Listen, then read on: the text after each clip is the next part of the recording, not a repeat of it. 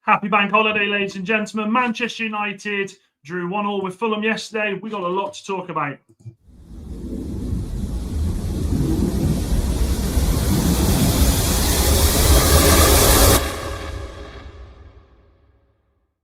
Where do we start from that? Where do we start from that, people?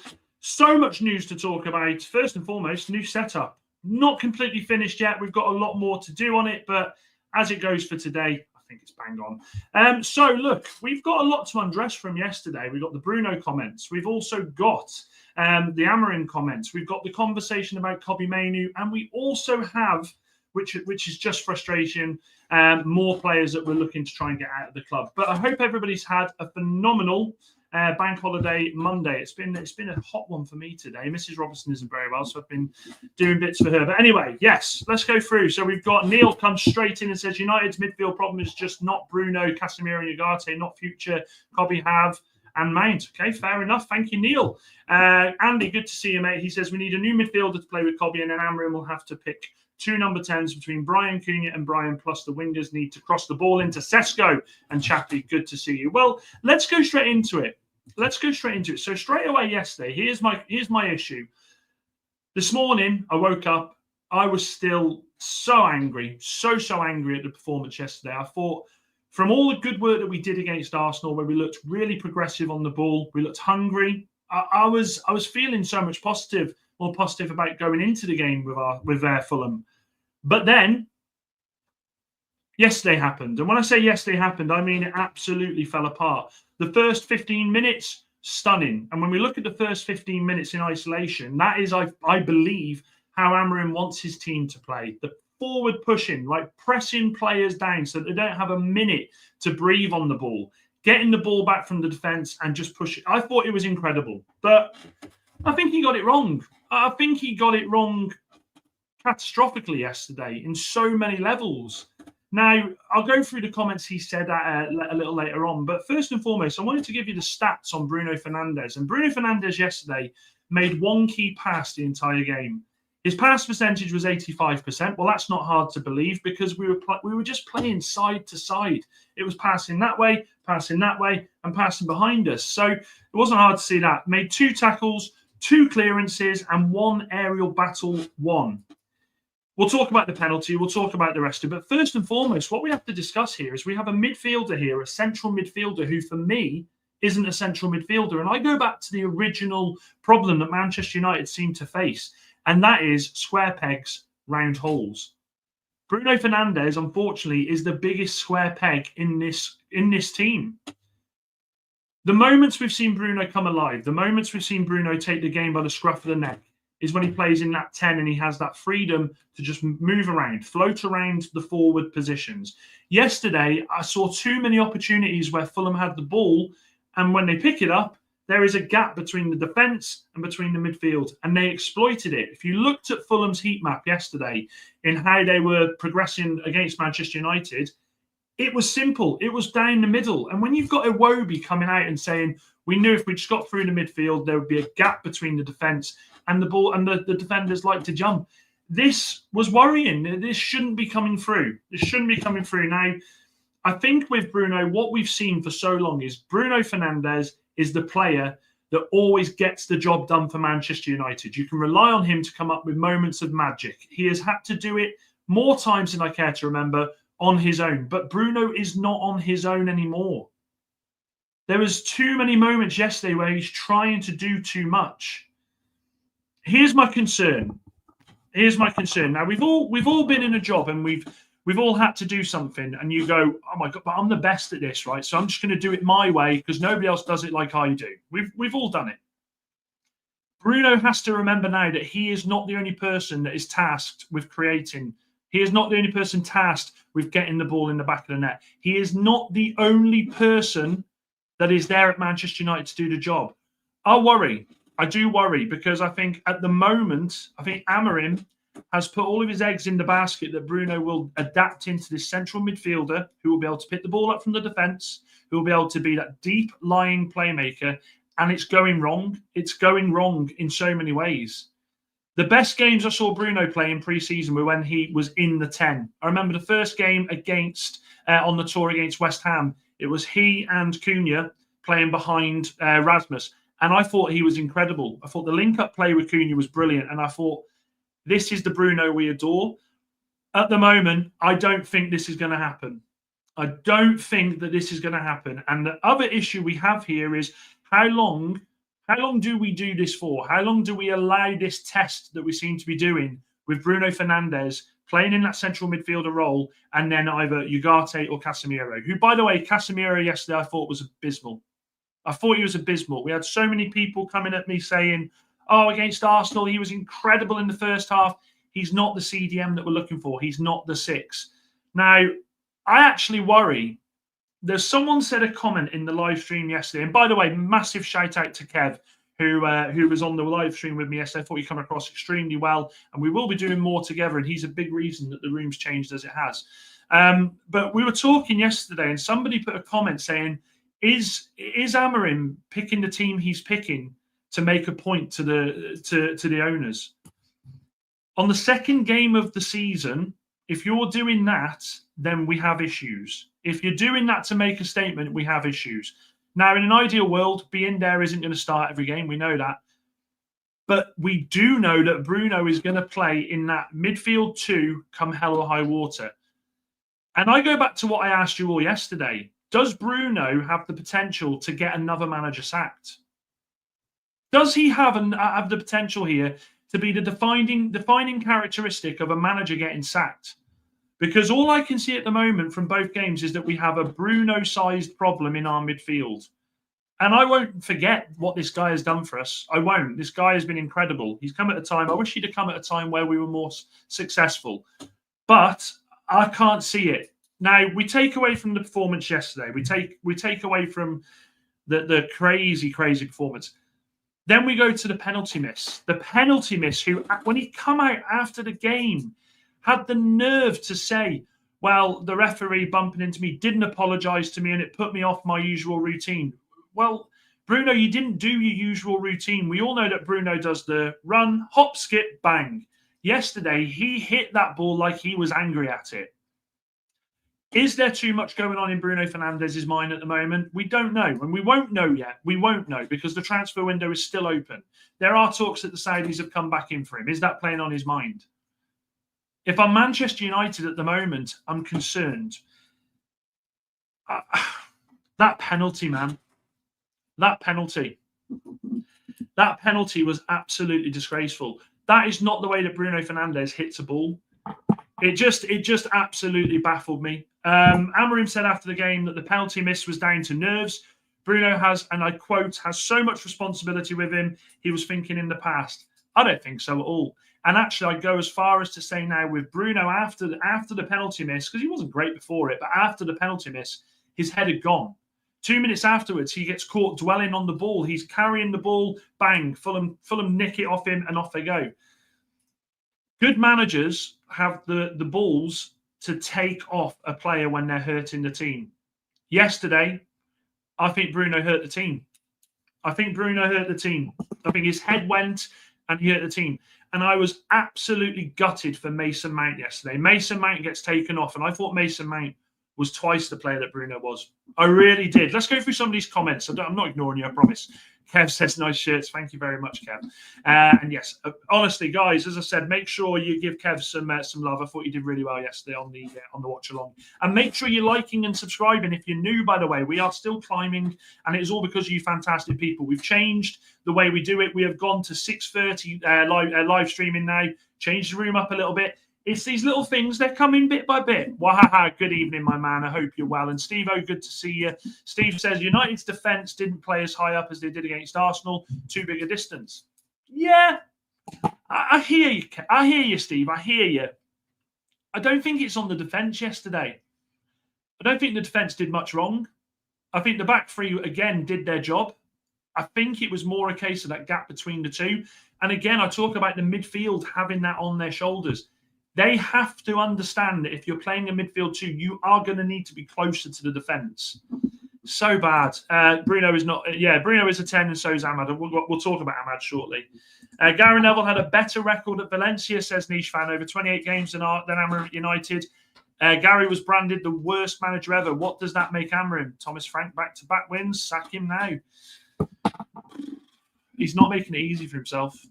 Mainoo says, I think he is a 10 as well. Steve says. And Mrs. Robinson. Mrs. Robinson telling you all to make sure you like and subscribe. Andy says, Bruno is not a team player. And do you know something? Andy, you base it on the last couple of games and you base it on what Bruno's done. I don't think Bruno for 1 second is as selfish as we are probably reacting to the game yesterday. He does want the team to do well, but he just wants to do it himself. And by definition, yes, that is selfish, but I don't think he's doing it to be a selfish. Do you remember when you were younger at football and you always had that lad, you go, he's solo, he's a soloer, always takes the ball. I think that's what's happening. Good evening to Mustafa as well. Hope you are well. And I wonder what Amarim picks on Wednesday. Well, we know straight away that Kobe Mainoo is going to be playing. I'll go into that in more detail shortly. I've got a lot to say about that. A lot to say about Mainoo. If everyone says Bruno was a 10, why did we buy 2 10s? Well, I think you got to look, Steve. Bruno's 31 in a week and a half. The clock is ticking on Bruno. And then he went and put Mount in midfield. Unbelievable, says Andy. Agree. Not just Bruno. The whole midfield was poor, Dan. And Neil, no one is exempt. I agree. I do agree. But what point I'm making here is we apparently are going out there to buy a midfielder to play alongside Bruno. We're basing our whole midfield signing on being the guy that can basically get Bruno out the mess. That's what we're basing it on. Favourites FC, we'll bring him down, just like Ten Hag. And Samuel, good to see you, says Inos and United should have ruthless aggression. That's a proper WWE moment there. And sell Bruno Fernandes and Casemiro to Saudi. Do you know what? I think if United could sell Casemiro, they would. But unfortunately, I just don't see the teams coming in for him. Northampton Town versus Leyton Orient. Thank you very much, Luke. Adam says, I don't think Mainoo can play in the formation, but for me, he has to outlast Bruno and Amarim. Yeah, look, I don't want to look. We'll go into. I don't want to divert from the next bit because we've got a lot to talk about with Mainoo, and I do genuinely think that there's things we need to look at with that. And Luke, my other team is Exeter. That's fair enough. Neil Dallo as well. Oh my God, Dallo. Right. So Diogo Dallo, Randy, thanks for commenting about that. You reminded me. I put Diogo Dallo at full blame for that goal. In what world do you try and do a spinneroonie skill just outside your area? Like, the pass was on. All he had to do was control the ball, move it on, and we would progress up the field. But Dallo tries something that Dallo and Diallo have done. They both did the same. Diallo did it in the first half where he tried a little skill. We lost it, and they nearly scored. We got absolutely punished for that by Dallo.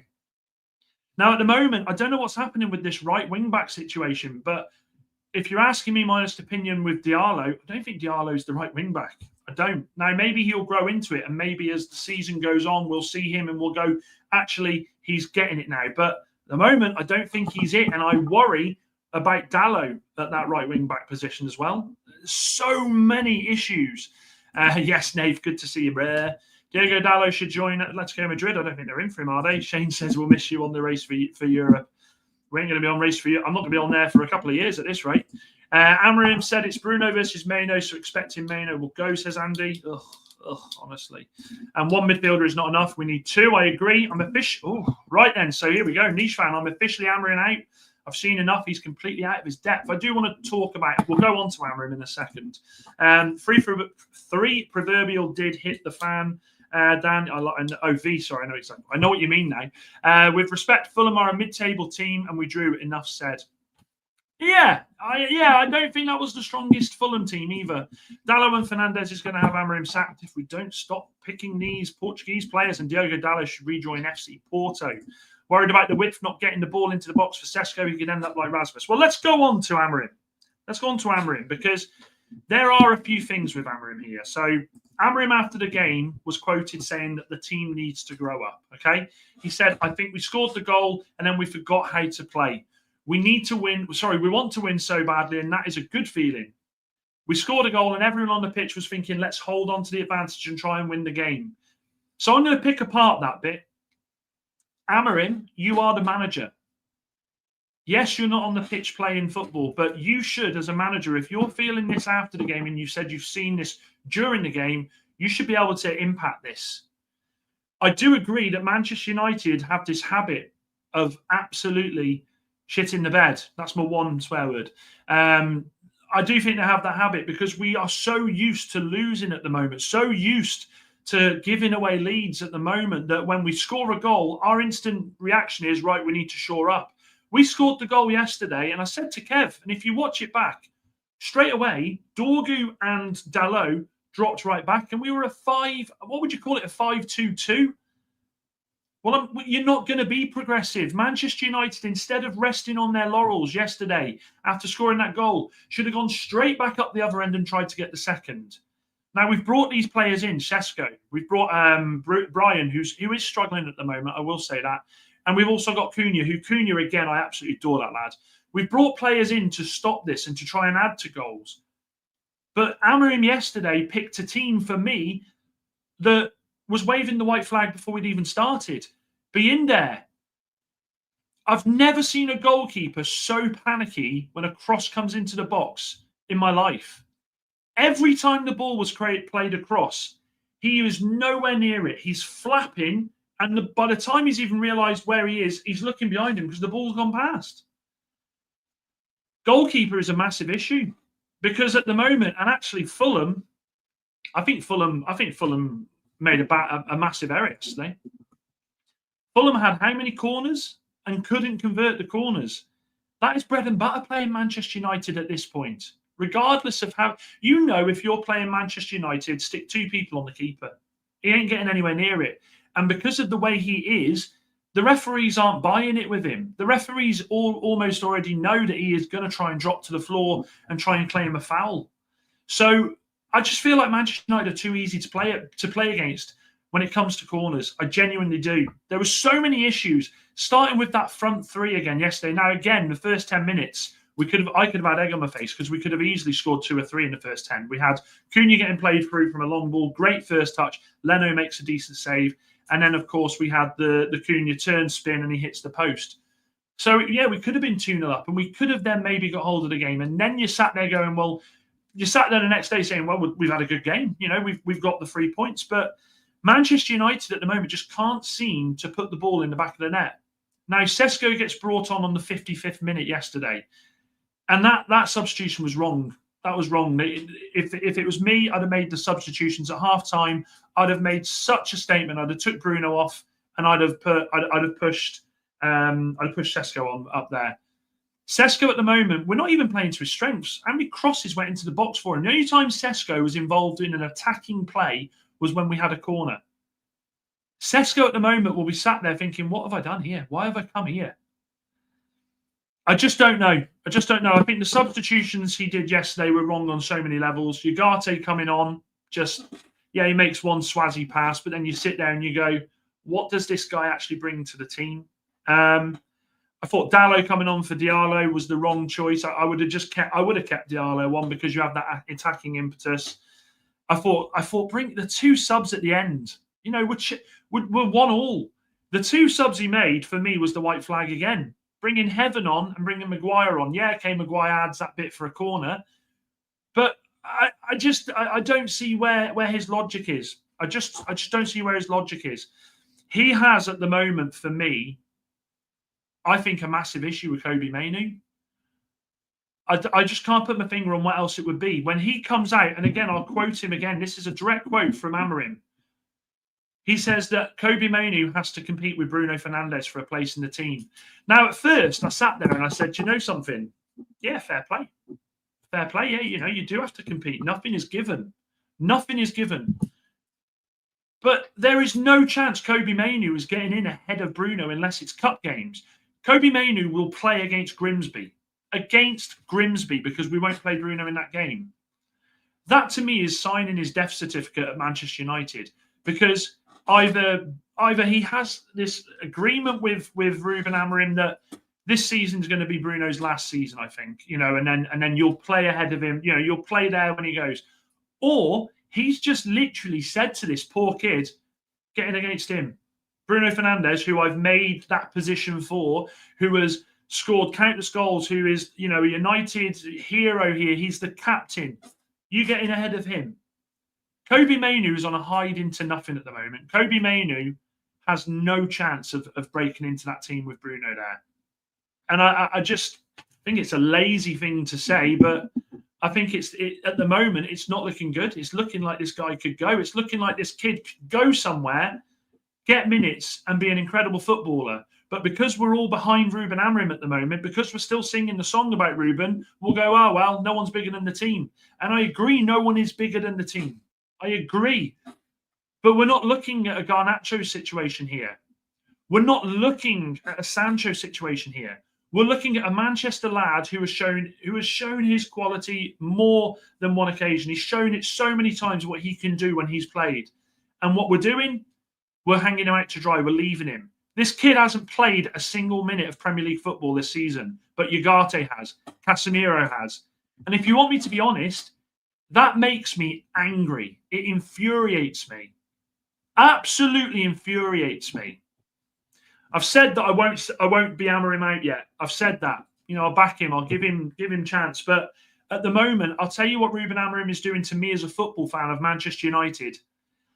These little things he's doing are starting to make me question him, and they're starting to make me wonder if my faith in him is blinded. Is blinded by the fact that we don't want to go down the scenario of sacking another manager. There's so much at stake this season for Manchester United. And I don't want to hear the same old excuses from the manager of, oh, well, the boys train well midweek. The passion in midweek.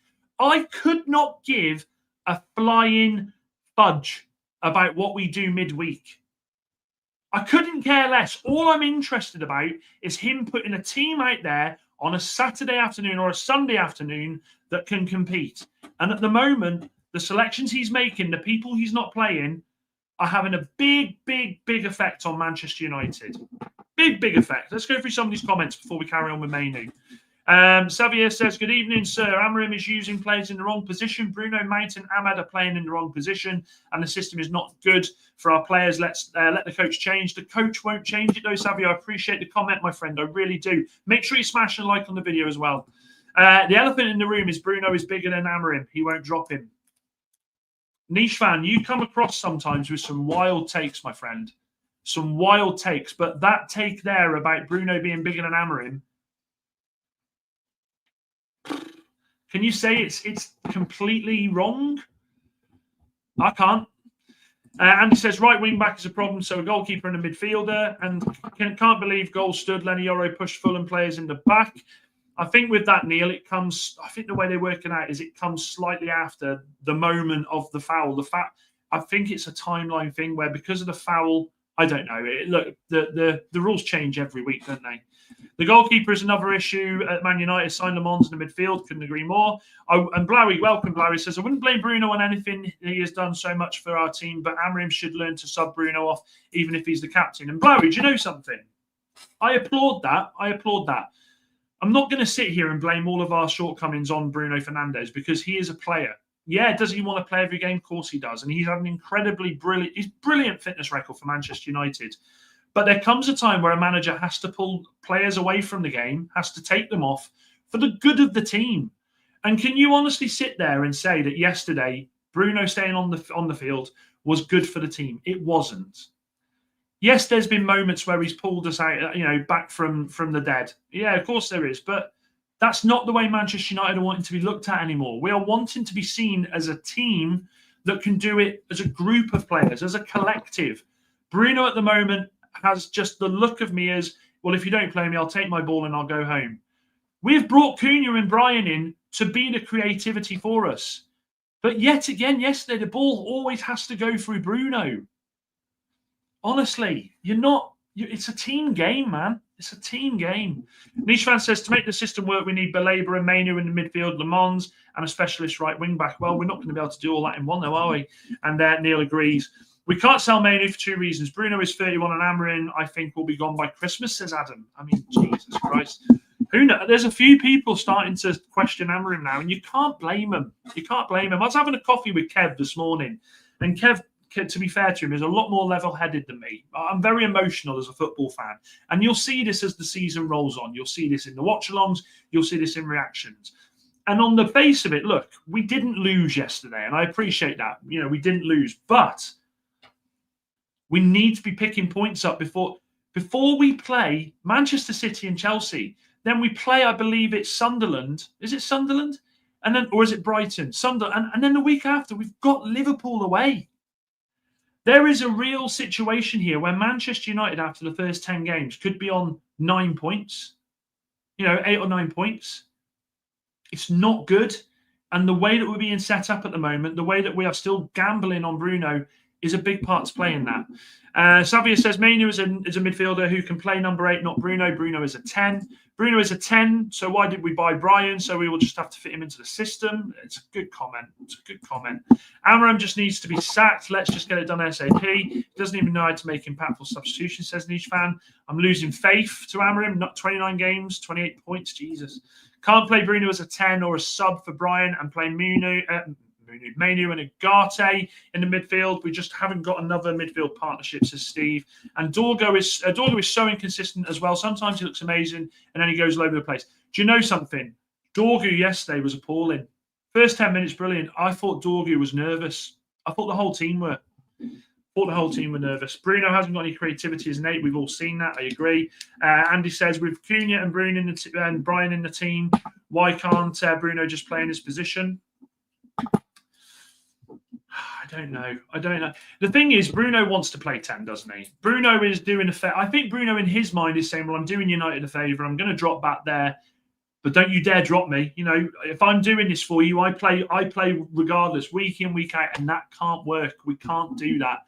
Dan, in my opinion, the only players who get into the top teams are Yoro and Cunha. Yoro was so good yesterday. Yoro, honestly, and Amarim will be gone by Christmas, crikey. Yoro was so good yesterday. I absolutely adore Yoro. And I'll ask another question. If we continue to be in the pits, right? If we continue to be in the pits, how long will we keep Yoro for? How long before the big teams will come and say we want him? A horrible stat.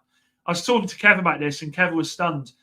The stat I saw this morning, Yoro has never won a Premier League game while starting a game. That is terrifying, isn't it? I feel for the kid. Do you remember there was someone else who had that stat, who'd never been on a winning team in his early years? Gareth Bale, if people remember. And I don't know. I don't want to watch our games and just scream why inside my head every time Amarim does something. There was that. I saw this online, and I don't know how true it is, but there were times yesterday when we had a corner where Amarim genuinely couldn't look.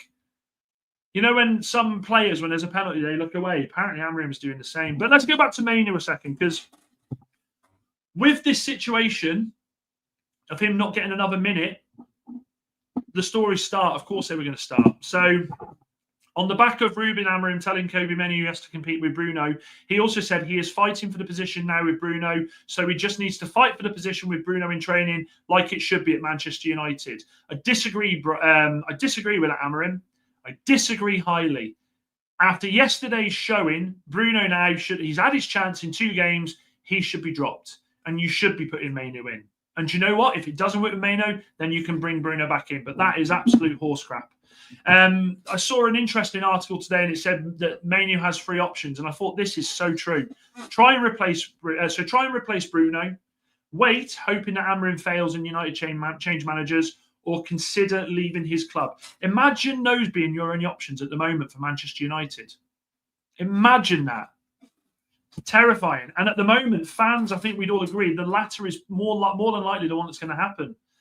Now, there has been rumours today saying that Kobe Mainoo is weighing up his options. His situation is being closely monitored by top 10 clubs from around the Premier League and Europe.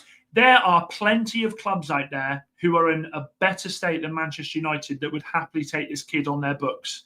And he would play more games. And he would absolutely develop as a footballer. The less we play him, the less this guy is going to develop. It is so important that he gets more game time. And I think for Amarim to play him against Grimsby is a massive smack in the face. You're not good enough to come off the bench against Fulham, but don't worry, Kobe. I'm going to play you against... I've got a game for you. It's against Grimsby. That is a slap in the face. That is an absolute slap in the face. When I see these things, it just, again, it makes me angry at the manager. Every manager comes in and doesn't, and you'll have it with every manager where the fans love a player, but the manager won't play the player. I think that's where we are now. And I would like to hope that Amarim doesn't become that manager that just doesn't pick him out of spite because the fans want it so bad. I hope that he isn't a manager that will sit there and think to himself, I ain't playing him. What? Because you lot want me to play him. I'm the manager. I'm the big cheese here. Kobbie Mainoo will win you more games than he loses you. Kobbie Mainoo is a sponge of a player. I think Amarim needs to seriously have a think about what he wants from this lad, because you cannot have Kobbie Mainoo sitting on the bench for the rest of the season, coming on every now and then. The fact that Ugarte's played more minutes absolutely infuriates me. Absolutely infuriates me. What we got comments-wise here as well? Let's go through them. Bruno and Mount are good players, but there's a reason we bought Cunha and Mbeumo, because of their pace and ability to get us up the pitch quickly. So for stop shoehorning Mount and Bruno in. I disagree with this, Adam, because I'm going to say this, and I mean this. I thought Mason Mount was one of the better players on the pitch yesterday. I thought Mason Mount played really well. I thought he was hassling defenders. Some of the things he was doing, the flick to Brian and Mbeumo in the first half was exceptional. I thought Mount was twice the player that Bruno was yesterday. And when he was taken off, if you look back, when he was taken off, he was shaking his head because he will know that Bruno Fernandes should have come off. Honestly. So I don't think Mason Mount's been shoehorned in the team at all. I don't think he is. I agree that Sesko should be playing, but I would play Mount over Bruno at the moment, and Mount's not even a frigging central midfielder. Andy says their goal came from Bruno not picking up Smith Rowe. Yoro is world class. Well, yeah, Bruno was caught out so many times, yes. So many times. And Niche fan, I disagree with this. I disagree. I don't think Bruno smacked the pen over the bar on purpose. I think what we saw was Bruno got in his own head about the referee incident. I think he was being petulant. I think he was being immature. I think he was being so uncaptain-like that when he stepped up to take that penalty, he absolutely wellied it because he was just angry. It's a tough one with Bruno. I don't think he did it on purpose, though. Baleba Mainoo would be a top 4 midfield double pivot. We had to buy Baleba. Inos have failed. Again, how can you say that Inos have failed? Like, Niche fan, how? How have Inos failed?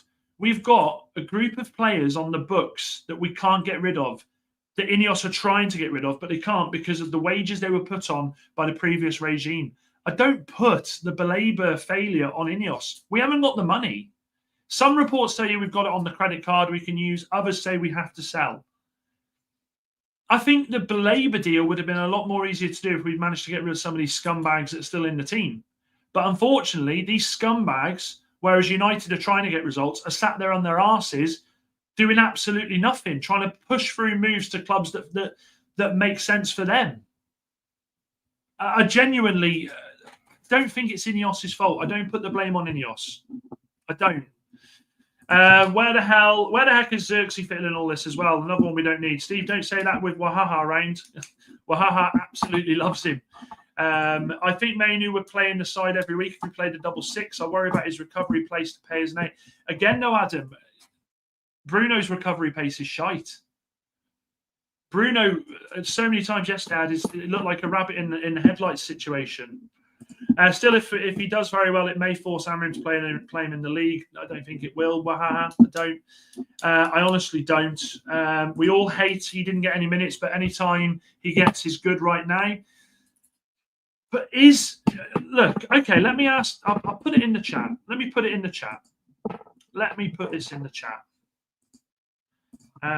Is Mainoo, is it disrespectful to start Mainoo against Grimsby? Is it disrespectful to start Mainoo against Grimsby? Nice and steady for you. Nice and easy, that one. Is Amarim being disrespectful starting this kid against Grimsby?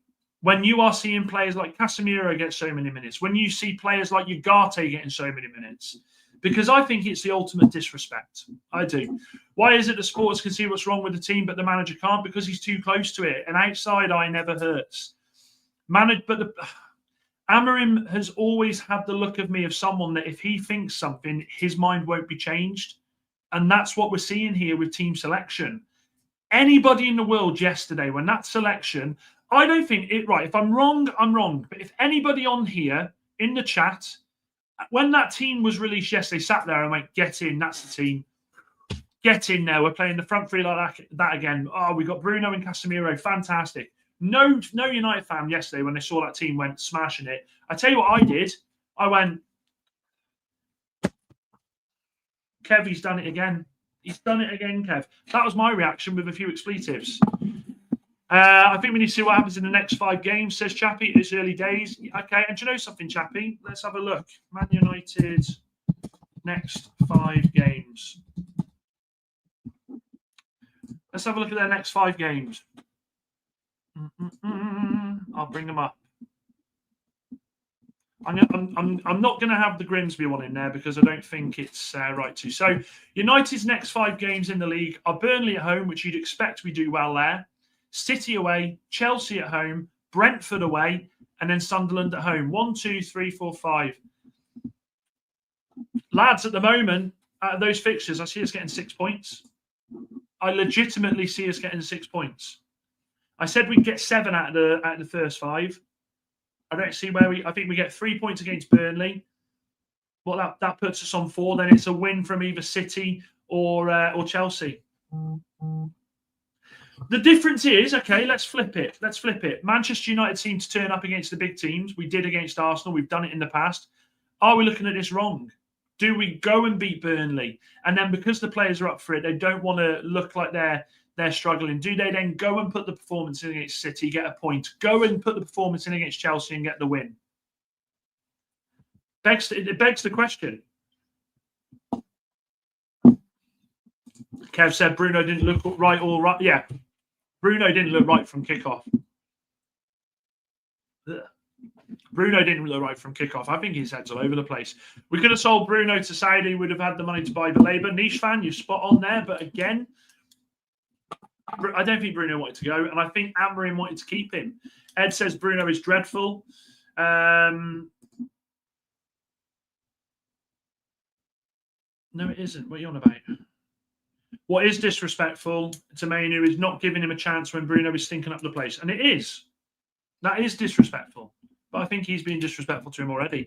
Hindsight is a wonderful thing. We should have bought 110, played Bruno with him and got a midfielder, right wing back and goalie. Do you know?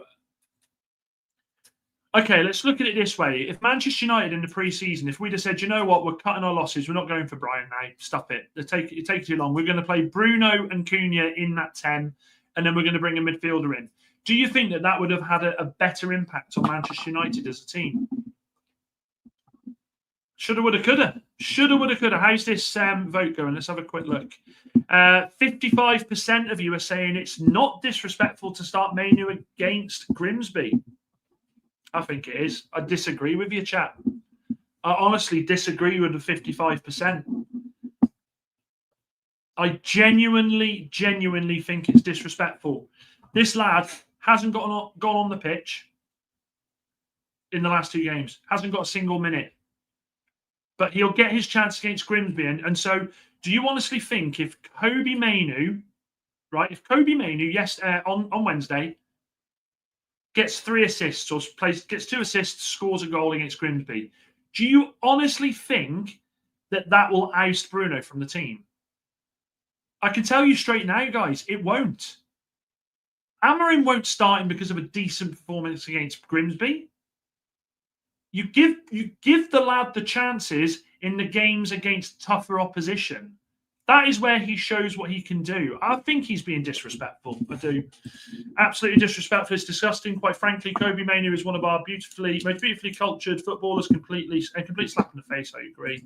I wouldn't say he's that, Neil. I think he's still learning, to be honest. I'd say 6 points from those fixtures, says Niche fan. And damn, I love you. But saying we're going to get the win against Chelsea's Fantasyland, hypothetical, Niche fan. It's hypothetical, mate. It's hypothetical. I don't think for 1 second that'll happen. But I'm talking about how we seem to get up for it against the bigger teams. Let's get realistic. Now, again, I'm not there yet with sacking him. I'm not. We picked a point up yesterday. That point could be valuable come the end of the season, but something's got to give. Ronin says, Bruno contributed 19 goals and 19 assists last season, yet we're playing him out of position. As a 3-4-1-2 should be our base formation, and with Mainoo starting regularly as part of a three-man midfield. I agree. Do you know something? Ronin makes a great comment there. Bruno has been so successful playing in that 10 role. Essentially, what we're seeing here is an untested, unproven, and untried Bruno Fernandes in a midfield 2. It's not right. It's not right.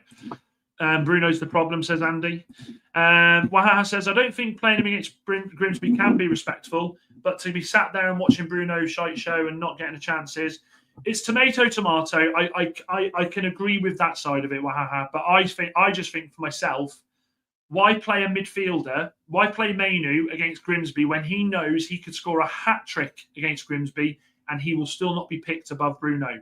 Remember, in Ruben Amorim's own words, he is up against Bruno. He is fighting Bruno for that place. Mainoo could score 4 against Grimsby. There's no way he's being selected ahead of Bruno. No way. And yeah, no, it's good for. I agree with that. When you're the manager, there should be no favoritism. It's true, Andy. It's true.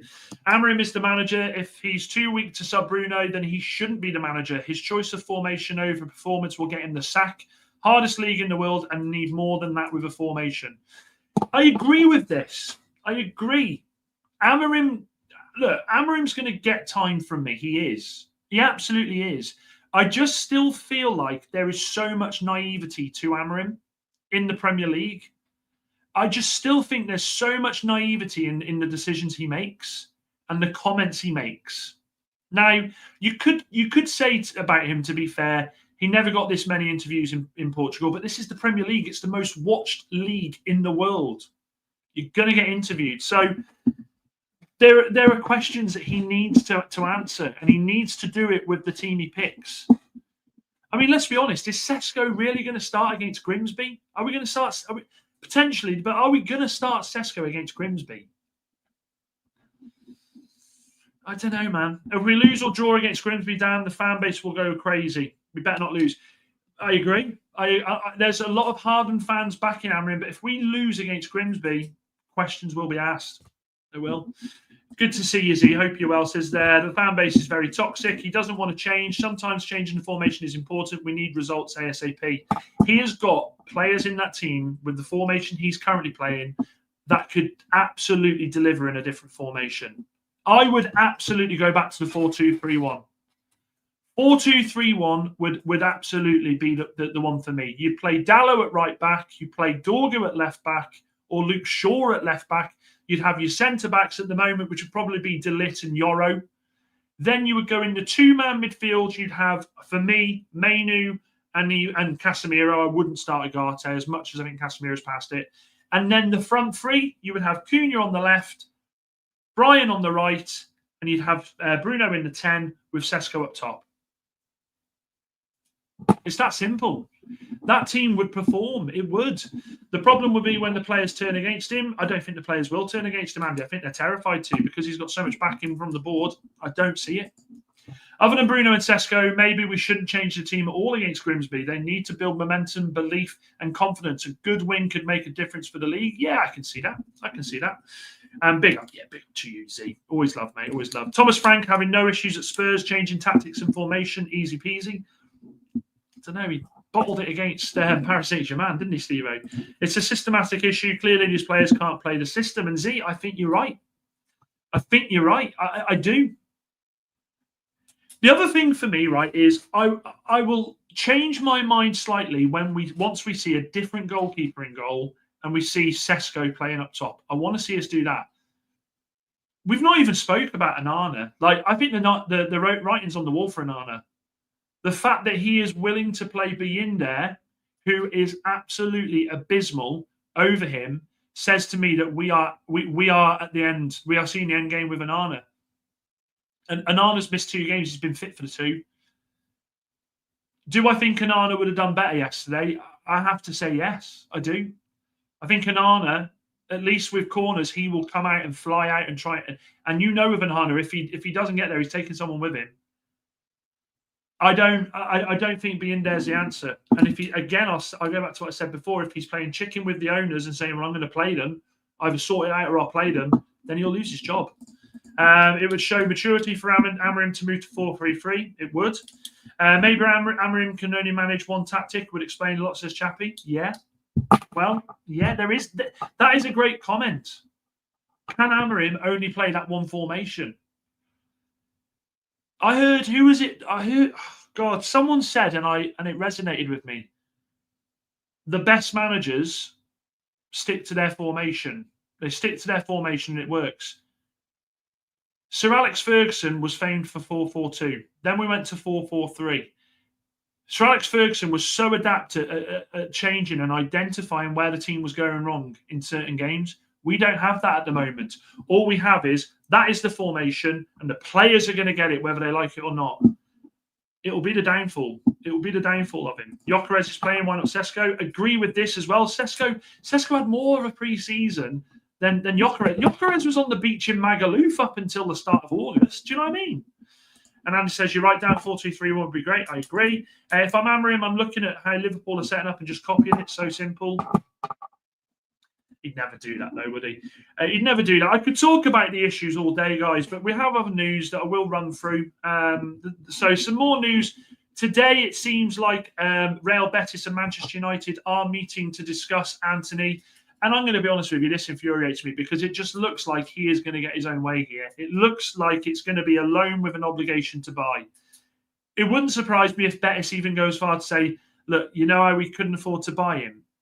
Well, we've got a slight issue. We can't afford his wages. So do you mind paying most of them as well? If we do that, honestly, if we do that, then we have absolutely folded. And then I will start having things to say about Inos.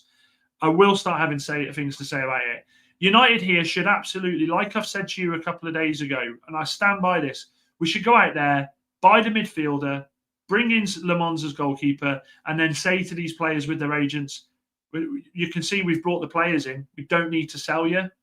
So either you go out there and get a full transfer and get your asses across to these clubs and accept these offers, or you're going to stay in the reserves for the rest of the season. Unfortunately, it looks like as the transfer window, a week today comes to a close, Manchester United might be dealt with a fact here that we might loan Sancho out. We might loan Antony out.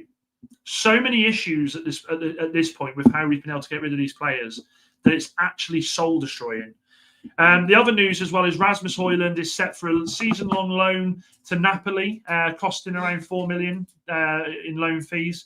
Højlund and United prefer a permanent move, which Napoli will consider if certain KPIs are met this season. These KPIs are the reason for the hold-up. Potential permanent fee is 33 to 38 million, as United aim to balance the books for Højlund. I'm going to say right now that I don't think Manchester United should be doing this loan with an obligation to buy. I don't. Because I actually think that Rasmus Højlund's going to go to Italy, and I think he's going to bang goals in. I still believe that we shouldn't be getting rid of this lad. I think this lad should be staying as backup to Sesko. Oh, sorry, needed that. Steve says, all teams probably know how to play against us, Dan, maybe even Grimsby. Christ, we're finished if they do. Parv says, I think maybe Mainoo should be playing instead of Ugarte. Parv, I play you ahead of Ugarte at the moment, bud. And Niche fan hits the nail on the head. Betis have us over a barrel. He's definitely going on loan. He is. And you know what? This is the thing that will irritate me is, because we know what the Spanish are like. We know they're very proud and they're very honest. Spanish people are very, very honest. They will absolutely come out if they get him on loan and say, see, we told you we'd have him on loan. We waited, we bided our time, and look where he is. He's on loan. This is a win for Betis. And that's what they'll do. And we'll still be scratching our heads going, how did we not sell him? Steve says Rasmus and McTominay will play well. I can see it. I agree. Look, McTominay is absolutely blitzing it in Italy. There are a lot of people who didn't think McTominay was it. I was one of them in the position we were playing, but he's gone there and he's absolutely Ballon d'Or nominated, for Christ's sake. When was the last time United had a Ballon d'Or nominated player other than Ronaldo because his name's Ronaldo? Let me see if I can Google it. Let me see if I can Google. When was the last time a Man United player was nominated for Ballon d'Or?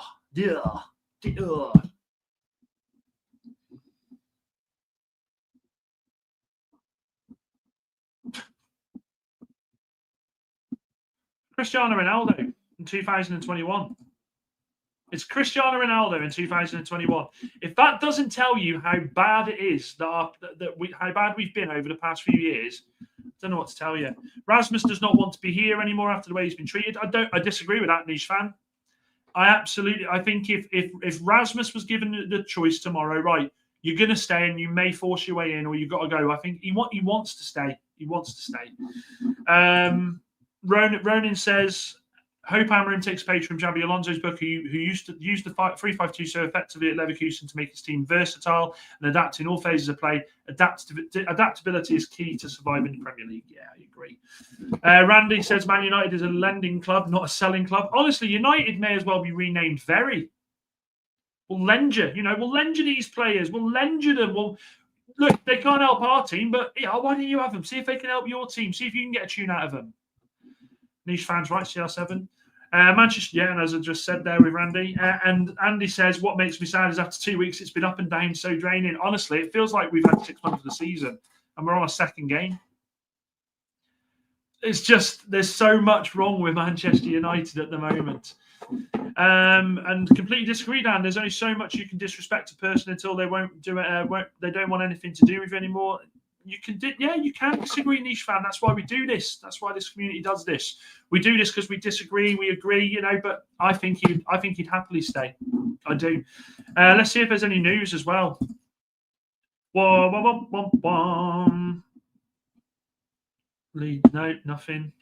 No, nothing. 10 I've said about that. 10 teams about Kobe Mainoo. It's just Christ almighty. So Napoli is willing to include a conditional purchase option in the deal based on factors like appearances, goals, and Champions League qualification. That's an easy one, isn't it? That's an absolute easy one. I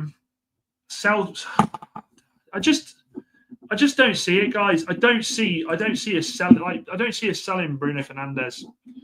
I don't see Bruno Fernandes leaving in this transfer window.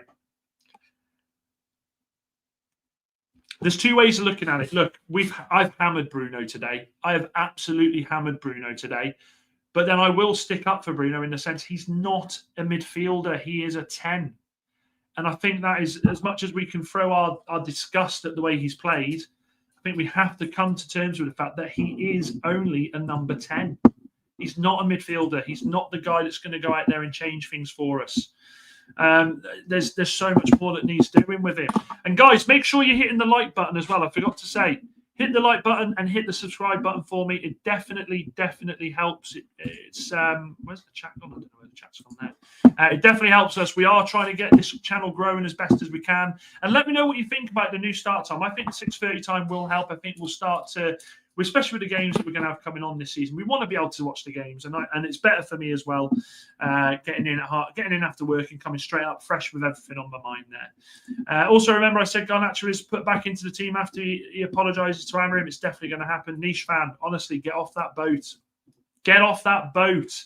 Garnacho will never play for this club again. When did Bruno last not play? How did we do? Wasn't it when he got banned after the red card? Pretty sure it was. When are you going to do memberships? I will be doing the memberships too soon, niche fan. I just need to work out. So we are going to be working on a new way that content is delivered. Now, it's just the start at the moment with the whole studio situation changing. I think it looks better as opposed to just seeing the cupboard door. But I will be introducing the membership soon. I just want to make sure that I'm giving the content that is deserving of you becoming members. Randy says round peg square hole United. I agree. Bruno won't be sold until the end of the season, says Jamie. Good to see you, Jamie. Hope you're well. Any thoughts of us getting the Bayern Leverkusen centre back? Yeah, Shane, I'm chuffed for you, but you've caught me on an off day today, mate. You've caught me on an off day. I must say it's hilarious that you've done it to Spurs again, though. 4-2-3-1 formation would be good because we won't use the wingers. They don't put the ball into the middle. Well, the thing is with that 4-2-3-1, the 4-2-3-1 for me, you wouldn't have the wingers being your traditional wingers pulling down the wing. You'd have them as cutting in. You would, and I think Sesko would benefit from them. The content is definitely. I appreciate that, niche fan. We are getting there. We're moving slowly but surely. And hope all is well, Dan. Yes, I'm all right. Thank you, Shane. I'm fine. I'm absolutely fine. Guys, that's it. We'll end it there. It's nearly 7:30. I hope you've all had a fantastic bank holiday Monday, sorry. This is going to be changing still. This is just the prototype. We've got more work to do here. We will be doing the watch along for the Grimsby game. It'll be back round Kev's. Also, we're going to stick with the 6:30 show as well. I might do the 6:30 show. I might do the 6:30 show from Wednesday as well, but I'll have to think about that. But other than that, guys, thank you very much for sticking with me. If you are watching this on playback, make sure you hit the like button, subscribe, and make sure you leave comments. I'm interested to see what you guys think. Other than that, you are all legends. This is Dan United signing out. Uta!